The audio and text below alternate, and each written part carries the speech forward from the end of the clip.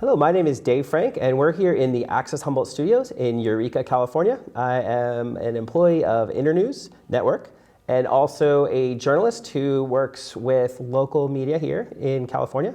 And I'm joined in the studio by Myles Smith, who is the Senior Director of Programs at Internews. Hey, Myles. Good to see you again, David. Fantastic. Good to be back Right in on. Humboldt County again. Visiting from D.C., Washington, That's right. D.C. I'm based in D.C., but I don't claim to be from there. So why don't you tell us, where are you from? I'm from Maine, actually. Oh, okay. Rural part of America, not unlike this part of America, actually. Right on. Mm-hmm. There's the insights there. Mm-hmm. So why don't you tell us a little bit about Internews, and we'll segue into the collaboration that we've done, Internews with Access Humboldt here in Eureka and Humboldt County. Right. So some of you folks may not have heard about Internews before. Internews is a nonprofit organization that works internationally to ensure that people are getting the information they need to make good decisions and live full and healthy lives. We work in about 80 countries across the world. We have offices in over 24 countries on every continent on Earth. So we're a pretty widespread organization, and interestingly enough, our headquarters office is right here in Humboldt County in Arcata. We've been based in Arcata for around 30 years. And so a lot of the folks who lead the organization started out working at Internews right in Arcata. We have some folks in Washington as well. That's where I'm based. To tell you a little bit more about what we do, though, is what we try to do is find needs in the information ecosystem that aren't being met. And that can mean anything from teaching journalists how to do their jobs a little bit better, informing the public. It could mean working with schools and with community-based organizations to improve media literacy, that people can understand the information that they're consuming. All of these different activities that we do to try to help people make sense of the world around them. And we've done a lot of that overseas for many years. And a few years back, a couple of our international staff who've worked with us thought it would be useful to bring a lot of that skill and those lessons learned back to the United States, because we actually know that we have a lot of challenges in our media and information environment here in the United States, and we have a lot of things that we could do better here too. So we are taking a lot of those skills and lessons and bringing them back here to the US, and one place we really wanted to do this was in our homeland of Humboldt County and in Eureka. So that's what led us to this partnership with Access Humboldt that we're talking about today.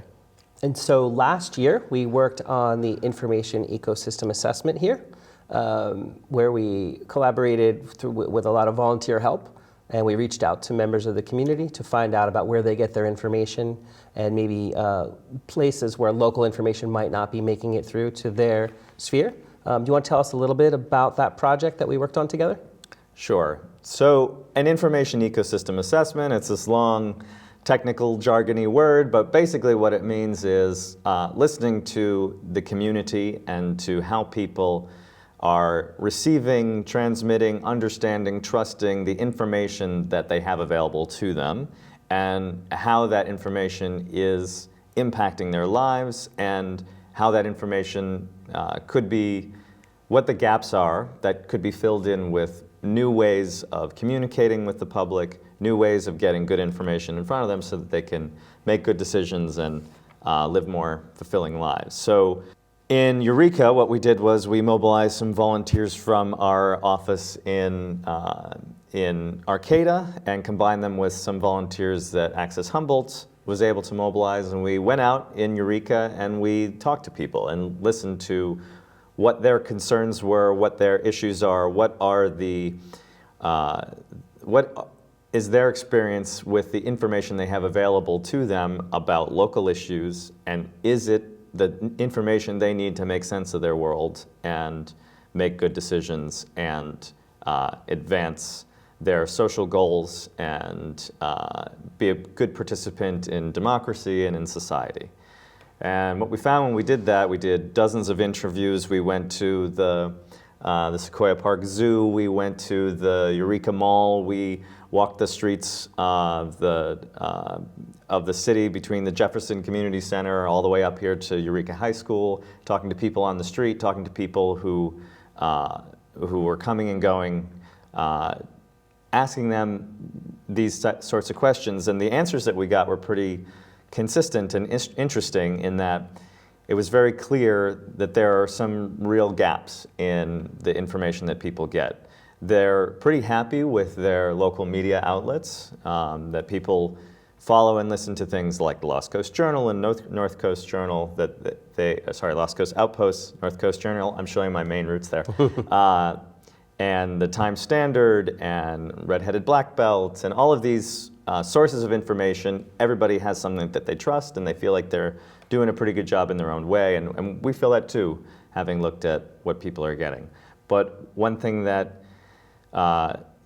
people feel like is missing is that there are big social challenges out there related to homelessness, related to use of drugs, and people who are experiencing hard times on the streets of our city of Eureka and Arcata, and that these big challenges are the number one thing that many people are concerned about, but they don't have great ideas about how to fix those things. So when the news media is reporting on it, it's one incident after another, and here's a tragedy that happened, or here's an unfortunate situation that some of our residents are in, but the information doesn't actually help them figure out what they can do to fix that problem or fix the root causes of it. There might be coverage of these incidents, but it's coverage that is quoting people like the city agencies or the police department, but not necessarily, there's not a feel for the people who are experiencing those hard times and what it is they need to get out of that situation and fix it. So one of the things that our study found was that we need solutions-based journalism to become part of the culture in Humboldt County to help people understand how they could solve these big problems. And that's a hard thing to do. It's hard to get people to agree and collaborate on these big projects. You have media outlets that are constantly worried about where their next subscriber is going to come from, if advertisers are going to keep working with them to keep their news outlet going. And it's hard for them to work on long-term projects for a lot of reasons. This situation is very similar in many other places in the United States and a big focus of Internews' work here in the US. So a couple of other ideas that we came up with through the information ecosystem assessment here in Eureka were that there could be a lot more work on information and media literacy to reach more of the public. North Coast Journal did some excellent work on media literacy late last year. After our assessment, I don't think there was any relationship between the two, but just phenomenal work, but it's only reaching their readers. How do we get more people in our communities to understand how journalism works, understand how the news media is funded, understand where their information is coming from so that they can make choices that are going to lead them to facts, make choices that are going to lead them to information that's based on evidence, so that they can use that information to improve their own lives, hold governments accountable, and make their community stronger.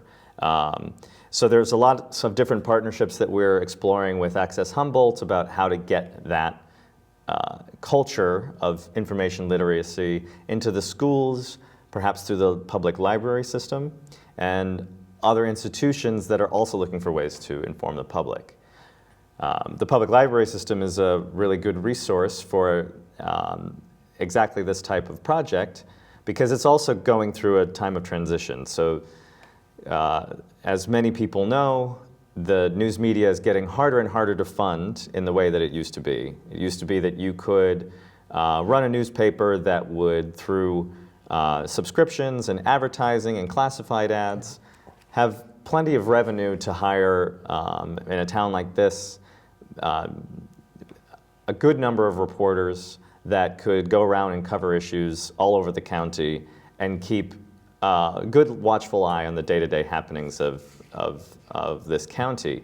And then that information could feed into other sources like the North Coast Journal that might do more investigative work, or folks commenting and looking at the issue from different angles on things like red-headed black belts or Lost Coast outposts. But that system is quickly eroding now because it's really hard to fund news and information for a fairly small population using just advertising.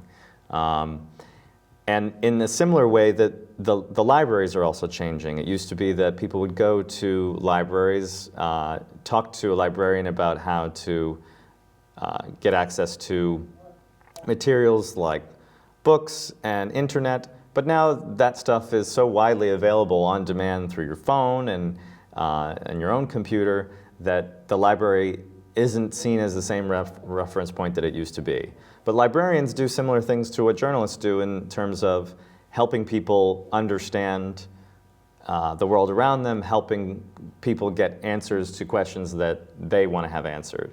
So one thing that we see as an opportunity here is to put together community organizations with public libraries, with media institutions. Access Humboldt and Internews are looking into how we could bring these pieces together to inform the public on issues that might not be profitable, might not be sustainable for a for-profit news company to provide to the public, but it's right in the wheelhouse of these institutions like Access Humboldt and the library system. So the ecosystem assessment had some results that we now have heard about possible future steps and actions that we can take. One of those things that we've talked about in our collaboration is the Listening Post Collective. Can you tell us a little bit about what that is, and also who we would be hearing from when we roll that out? Right. So the Listening Post Collective is Internews' project that is based in the United States. And we're working in a number of communities all across the country to hear from people that the sort of mainstream or traditional news media, the more formal news architecture is missing, or that their stories aren't really able to be heard through these mainstream outlets. And a lot of the reason for that, frankly, is because these media companies are running short on funds. They don't have the money they need to hire reporters to cover all these different beats, to cover neighborhoods or communities or outlying rural areas of their districts, that it's too expensive for them to do it. So the Listening Post is a way to try to bridge that gap and bring people into the information conversation of a place that maybe aren't being heard. One thing we were reflecting on with Access Humboldt when we did this research here in Eureka is that there are sizable communities of Spanish speakers, Hmong speakers, who don't have any information media products specifically tailored to them, tailored to them in this place. Certainly people who speak those languages may be able to find sources online, but they're talking about California in general, or maybe the United States, and there's not really a resource for them to get local news and information that allows them to participate in local life. I mean, and you can see it too in our research, which you can find on Access Humboldt's website, that there are a lot of people that are just not part of the conversation. And if we could bring them into the conversation and do a better job of engaging them through information, we can do a better job of engaging them in democracy, in government, in other aspects of community life, to make sure that they have the same great experience of being an informed, engaged citizen as the people who have the advantage of getting English language news and information as a matter of course in their life. So let me ask you this question actually about Listening Post just before we wrap that up. So for folks who don't really know, like physically, tangibly, how does the information received and what is done with the information? So listening posts can be physical things, or they could be a process by which people who are engaged in the community, who represent communities that are less likely to be heard, can pull information and pull community concerns out of these underserved or under-attended to parts of the population and make sure that media outlets, local government, community institutions like libraries are tailoring their services, tailoring their stories, trying to incorporate those underheard folks into what they're doing. That could be anything from creating a physical station where somebody could go to a community library in one of the rural parts of Humboldt County and submit comments through an interface on what's going on in that county. What are they concerned about in relation to the big issues of the day? What is it that they feel like their local government should be doing about the problems that they see there, without having to go physically to the community meeting, town hall meeting, or the town council meeting to give that feedback directly. So if we have other ways to get people's opinions and participation, government's going to be more likely to be responsive to a wider group of people. There's the expression, the squeaky wheel gets the grease, and you're making a lot more squeaky wheels by having lots of other ways for people to engage with their government and engage with their media. Lots of other ways to influence those institutions to be more representative and accountable to the community.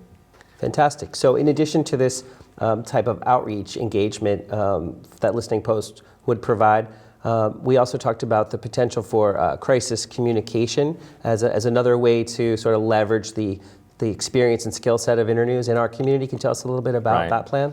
So after we did our research last year, we, in this county, experienced the blackouts, and of course, on the East Coast, we were reading all about it. It was disruptive for everybody here, and one of the things that was disrupted, obviously, was the information ecosystem and how people were getting information about what was going on. Who has ice? Where can you get groceries? Where can you charge your phone? Who has internet? How are you going to try to get through life and be resilient in the wake of this challenge? And what Internews does a lot of internationally is find places where natural disasters like earthquakes or hurricanes, or even crisis situations that emerge longer term, which could be something like a refugee situation. We try to figure out how best to get information to people who need it, and using the formats that they use. So if people are more likely to get information through a text message or a video message or a voice message that comes through their phone, maybe that's the way we should be communicating with them. In the United States, we've done a little bit of this work after learning how to do it overseas. And in response to wildfires that happened in California a couple years ago, we set up partnerships with Spanish language community radio stations in Sonoma County. And the one station there that we worked with was the trusted source of information for Spanish speakers who were affected by the wildfires. And for a number of reasons that we can all imagine, those folks maybe didn't trust local government institutions or the police, or didn't feel like those institutions were well equipped to handle their needs, either due to language barriers or other institutional barriers. But they trusted the radio station, and we were able to work with that radio station to help them figure out how to get this information out to Spanish-speaking folks in Sonoma County about how to be resilient, how to put their livelihoods back together in the wake of the wildfires. And we could see similar partnerships with Access Humboldt, with the library system, with county and city governments within the county, on how we could better prepare ourselves for the next blackout or for the next fire or other natural disaster that happens here, because we know these are going to keep happening with climate change. And if we get out ahead of them, we can make it a little bit more livable for everybody, including the people who are most vulnerable and least likely to benefit from all that preparedness that public safety institutions do, we need to make sure that we prepare everybody to survive those. Yeah, fantastic. So we talked about the tools that Internews brings that we can share with this collaboration, like the information ecosystem assessment, the listening post collective, the successful project that was done down in Sonoma County in response to the fires in a misrepresented or underserved community. What other opportunities are there here? Can you tell us a little bit about the potential collaboration for the future that we can really engage in? Yeah, I think that Access Humboldt and Internews are really natural partners because Access Humboldt is a hyperlocal organization and Internews is all about hyperlocal information. And because we both have a lot of staff here and we both have a lot invested in this place, this is where many of our staff live and work, including you, David. Yeah. And we want to make sure that, that we do what we can to improve everybody's information environment here. So how could we do that in other ways with Access Humboldt? The sky's kind of the limit. I mean, this is a really unique opportunity because we have an institution here in Access Humboldt that's already set up to help the community find its own voice. And Access Humboldt was designed to use the traditional television broadcast infrastructure to do that, and we see how quickly Access Humboldt is learning to use radio distribution, online, and other formats to help the public inform itself and be participants in democracy and community life. I think together with Internews we can even accelerate that transformation so that we find new ways to ensure that information benefits everybody and as a public good.